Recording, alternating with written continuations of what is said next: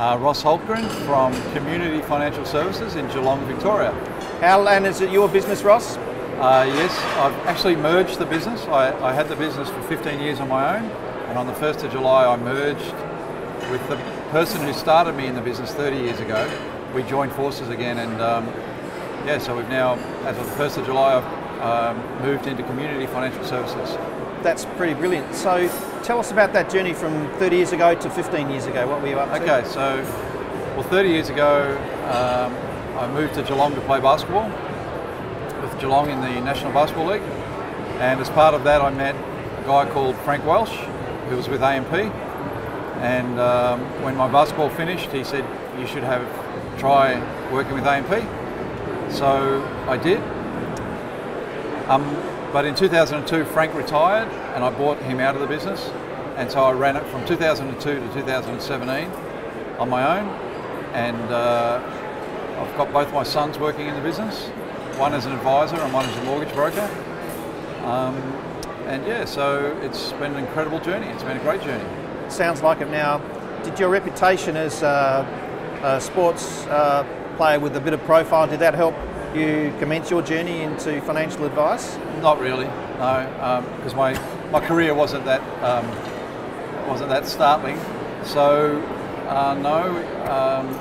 What helped me in financial advice was great teaching from Frank, and just work. You know, we used to. I started 100 calls, 10 appointments, 2 sales a week. And if I hadn't made 100 calls, I couldn't come into the sales meeting on a Friday morning. So unless I had made 100 calls, you couldn't come in the front door. So that was the first criteria, and then from there we progressed. But it was a great grounding when I look back now, because I just had to work and build and continue to build, and from there I then added education, experience, a client book, and just continue to build year on year. But the base was just cold calling. It sounds like there's no substitute for hard work. No, really, and that's never changed. I mean, I just sent out a message to my advisors this week on how to keep your appointment book full, and it hasn't changed over 30 years. It's about, make the calls, follow up, be consistent and persistent. And then the rest will follow. But unless you've got appointments,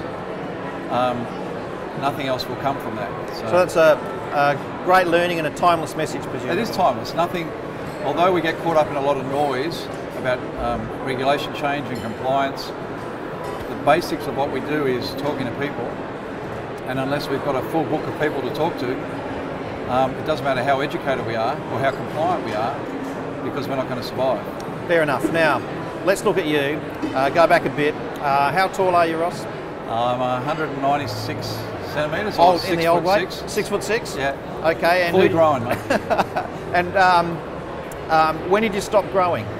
Probably 18 or 19. So you were 6'6", 18 or 19-year-old. Yeah. Okay. Did that give you any benefits or advantages or disadvantages as a as a teenager? The benefits are that you can always see. Doesn't matter where I am, and people can always find me. I still remember when I first met my wife. She's only 5'3", and she said, "I'm just going over there. How will I find you?" And she came back and she said, "I'll never ask that question again. I can always find you." Nice. The disadvantages are clothes. Back then, you didn't have the abundance of oversized or fully grown men clothing that you do now. But no, I would much rather be 6'6". Yeah, there are a lot of short people out there, Ross, that are really feeling for you at the moment. Yeah. No, it's good. In fact, you don't feel, when I was playing basketball, everyone was tall, so you didn't feel tall, and I still don't. But when you're playing basketball, it's just average size, All right, so going through school, what did you want to be when you grew up? I still don't know that. I left VCE or HSC and went straight into the bank. Which bank? National Australia Bank. Very good. And stayed there for a couple of years and looked around at all the sad 40-year-olds who were only there for the cheap home loan, and it wasn't that cheap anyway. So then I got a job in selling printing ink and printing consumables. Did that for 3 or 4 years. Loved having a company car at 21 or 22. And then, yeah, started with AMP when I was 24. Pretty good. So what do you do with your spare time these days, Ross, when you're not working? When I'm not working now, I'm learning to play golf. We're building a new house on a golf course at 13th Beach near Barwon Heads. So I'm trying to learn to play golf. How are you doing so far? Slowly. I've given myself 10 years. I'm not rushing. I'm senior team manager for St Joseph's Football Club. So I've been doing that for 5 years. I'm president of the Geelong Business Club, and I'm a region chair for MDRT. So I look after Australia, New Zealand and Canada for MDRT. So I have a number of different roles outside of my work. Can you tell us just a little bit more about your MDRT role? Yeah, so I've been a member of MDRT for 19 years. I've attended 17 annual meetings, and I've been lucky enough to have a number of volunteer roles. So I was Victorian Chair for 3 years, Australian Chair for 2 years, I was Zone Chair for 2 years, and now I'm Region Chair in my 2nd year. So I've had 9 years of volunteering with MDRT. So what is it about that, Ross? What makes you're obviously a busy person, you have a full life, and you take the time out to volunteer for MDRT. What is it about that? Because I get back far more than I give in all of the roles I do. With MDRT, it's about the people and it's about what I learn.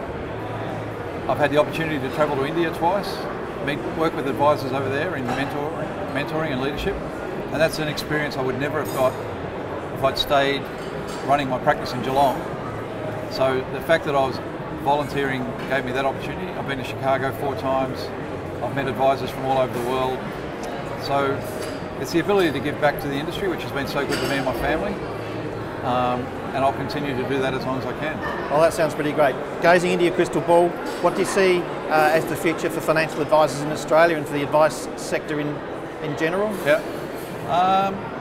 The financial advice sector in general, we've just got to adapt. We've just got to continue to adapt to the regulation and the compliance that we're working in. I'm sure the technology will catch up. The regulations got so far ahead of our work practices, but I think technology will allow us to catch up. And we've all got to be prepared to continue to educate and be educated, improve our learnings and our knowledge. And so I think the industry is always going to be strong. There's some really good young people coming in who don't know any different. They only know education and the systems as we have them now. So it's only us old and bold advisors that need to adjust. And you've either got to get on with it or get out of it. There's no middle ground. The middle ground's very quickly disappearing. So yeah, it's get on with it. Fair enough. Not prepared to get out. Coming back to you, any life goals you've yet to achieve, Ross? Grandchildren, which I can't really do much about, but we're building a house specifically with that next stage of our life in our plans. Life goals, no. Look, I've been blessed. I've been extremely blessed, and every time I meet a young advisor who's come into the industry, I say, you've made a great choice. Just make sure you do the right thing over and over and over again, and it will look after you in more ways than you can ever anticipate. So no, my life goals are just healthy and happy, and just keep going. Well, that's a great place to finish. Ross Hultgren, thank you very much for your time. Thanks, Pete.